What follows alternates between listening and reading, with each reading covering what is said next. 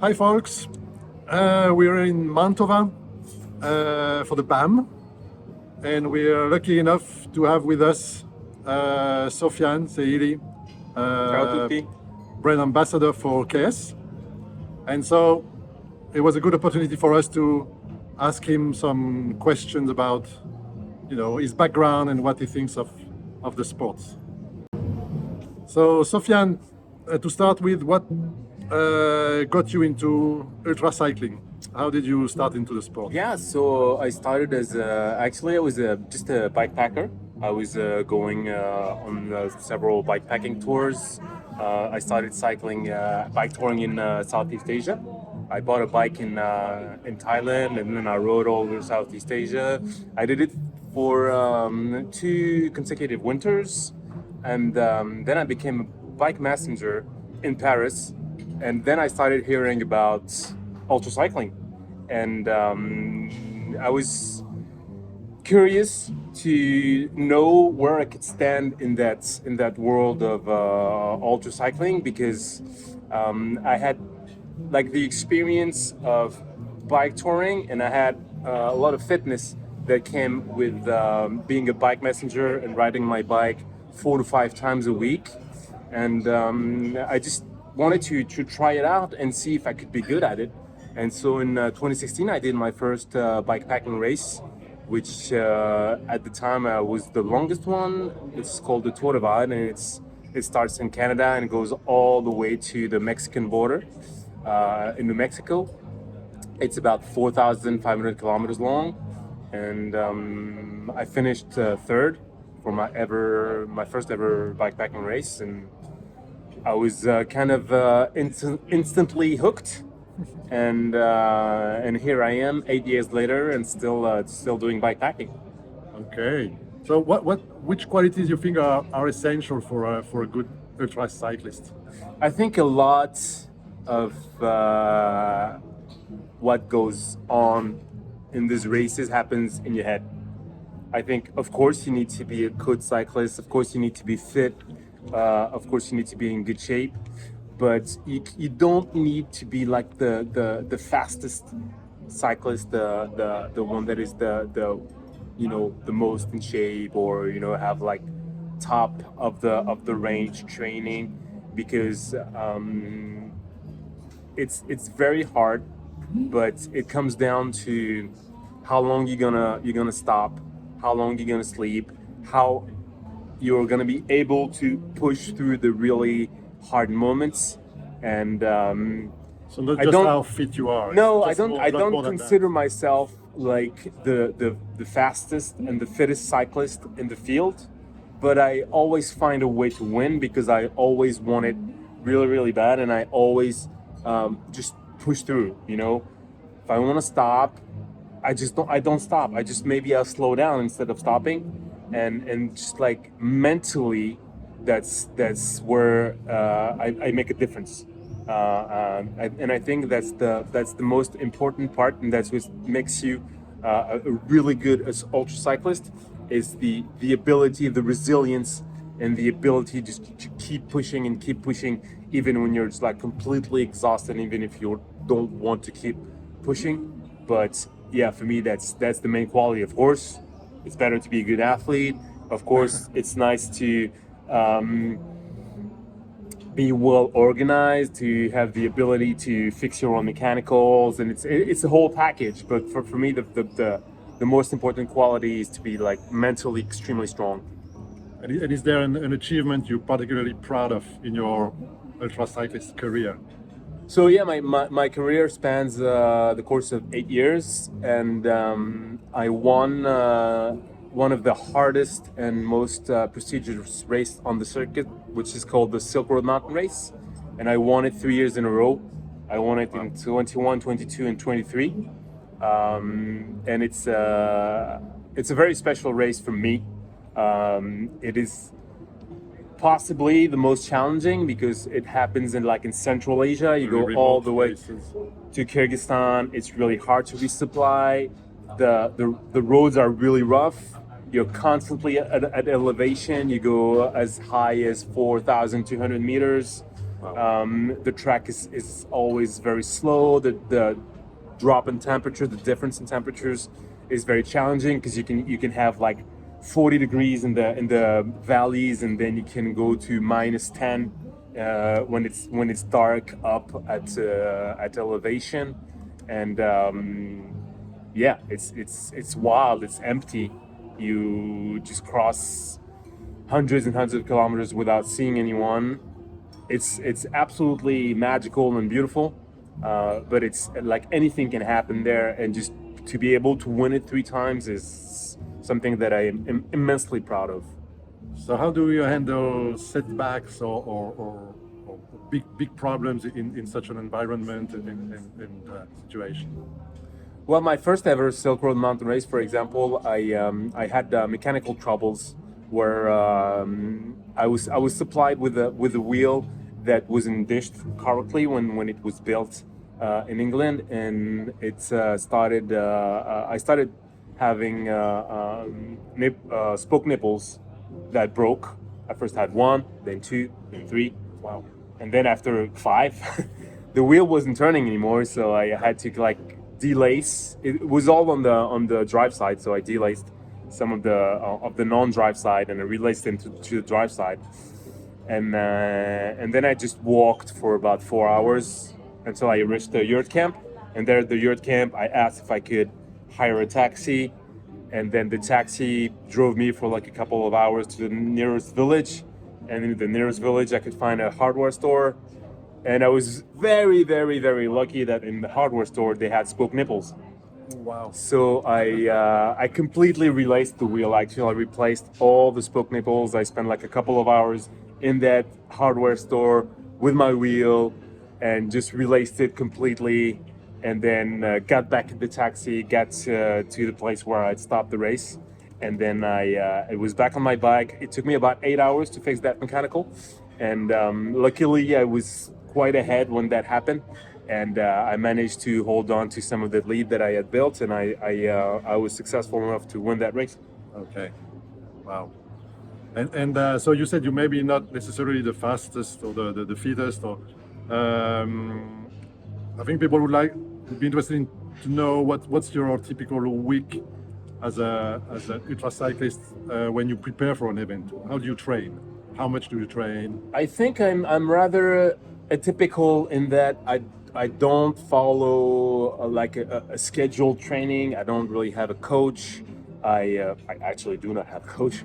I just ride my bike a lot. Like I live the way that I live, my lifestyle revolves around my bike. I live in the countryside. I have several bicycles. I ride road, gravel, mountain bike, and whenever I go to get groceries, I have a cargo bike.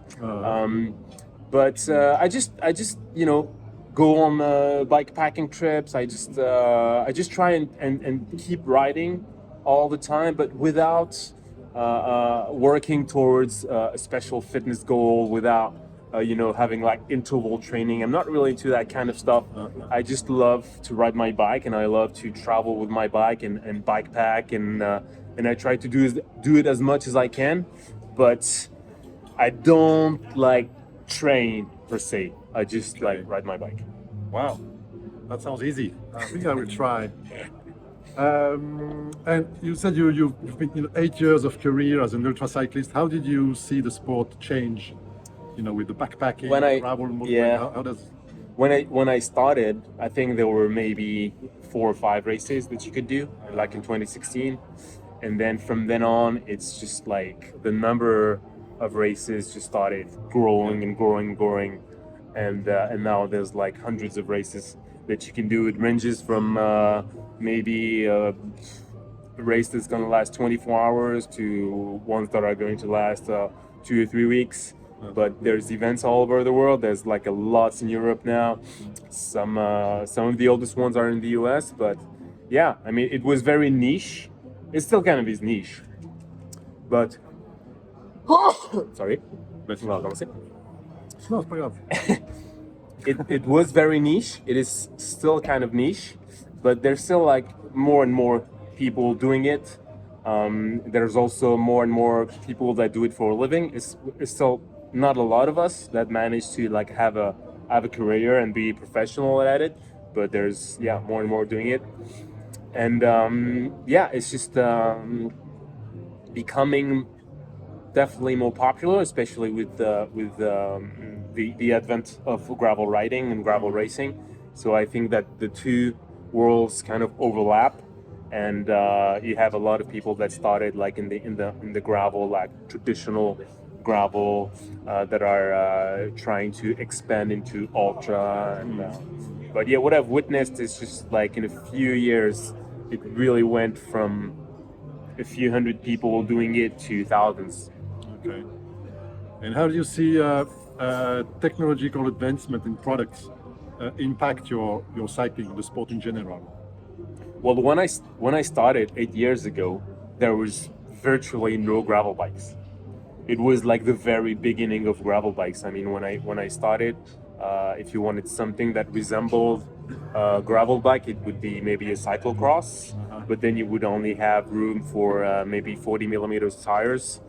And then with the advent of gravel riding and gravel racing, we are as ultra cyclists benefiting from all the new technology that is focused on comfort, because the key when you spend 16 to 18 hours on your bike every day for several days, the key is really comfort. So anything that can dampen all the vibrations, because I mostly race off-road, like 80 or 90% of my racing is off-road. So anything that can dampen the vibration. So any like suspension fork, suspension seat post, wider tires too. We've seen lately, and it's not just on the gravel scene, but even on the road bike scene, like tires are getting just wider and wider, bigger and bigger. People are starting to understand that comfort is speed, and that the dampening of vibration is something that really impacts your ride. And definitely all of the technological innovations that have arrived like these last few years, coming deriving from what was discovered in mountain biking and then went down to gravel riding. It made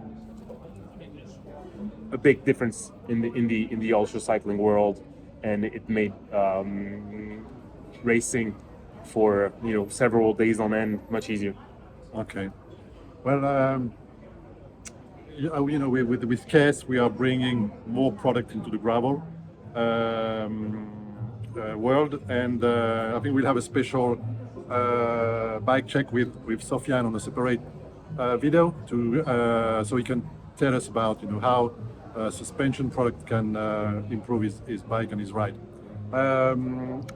What current projects or races or are you excited about? What did you plan something yet for after the BAM, for instance? Yeah, if so, I've been doing this for a long time, and I've won all of the major races. Well, maybe not all of them, but most of the big races out there. So I have a few that I'm still curious to try out and discover. There's one in Arizona where I'm planning to go towards the end of the year in October, end of October of this year. It's a pretty technical one along the Arizona Trail. It's about 1,500 kilometers, and this one I'm pretty excited about. And then I have an idea in the back of my head once I'm done with all that racing, of maybe trying world records. World records like transcontinental from like crossing all of Europe and Asia and all of these very long rides. I know there's a few world records out there that are still waiting to be beaten. And that's something that I'm very interested about, because I love like the really long rides, and so that's something that I could very well get into next year. Okay. And last question: which advice would you give to someone who is willing to start ultra cycling?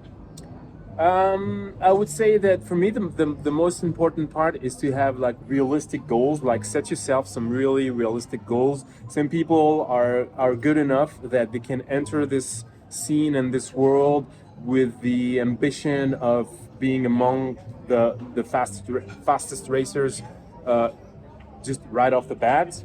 And some others are going to need time to grow and for me that's the key. Like you need to find out if what you're able to do is to finish or to be top 10 or to be podium, and then once you've assessed where you stand, then you need to work towards these goals and like really prepare and try to emulate what you're gonna do in these races. Like if you've never spent 18 hours on the saddle, do it at least once, twice. See how your body reacts. See how your pressure points reacts, like your hands, like your feet, your saddle as well. These are the parts that are where you're gonna actually have pressure on these parts for 18 hours a day, and there's a cost to that. So for me, it comes down to like if your goal is to finish and you know that to finish you're gonna have to spend 12 hours on the saddle, go out 12 hours the next day, do the same. Try to assess like what does it do to your body, and if your ambition is to like right off the bat be one of the best, just like which is definitely possible. We're still a sport where people can come from like traditional racing and have the ability to ride for like 18 or 20 hours a day. We see it every year. People that come from other parts of cycling and that are successful in ultra, or even some people with a background in trail running. Okay. Can be very successful. But for me, it's all about being realistic, and then being well prepared, and as much as possible emulate what you're gonna do during the race. Okay. Sounds great. Thank you, Sofiane. It was really good to have you. I think you are inspiring a lot of people, and it's great to have you on board with KES. And I'm happy to be here. So, thank you, folks, for watching, and more news on KES and gravel with the next videos. Bye from Mantova.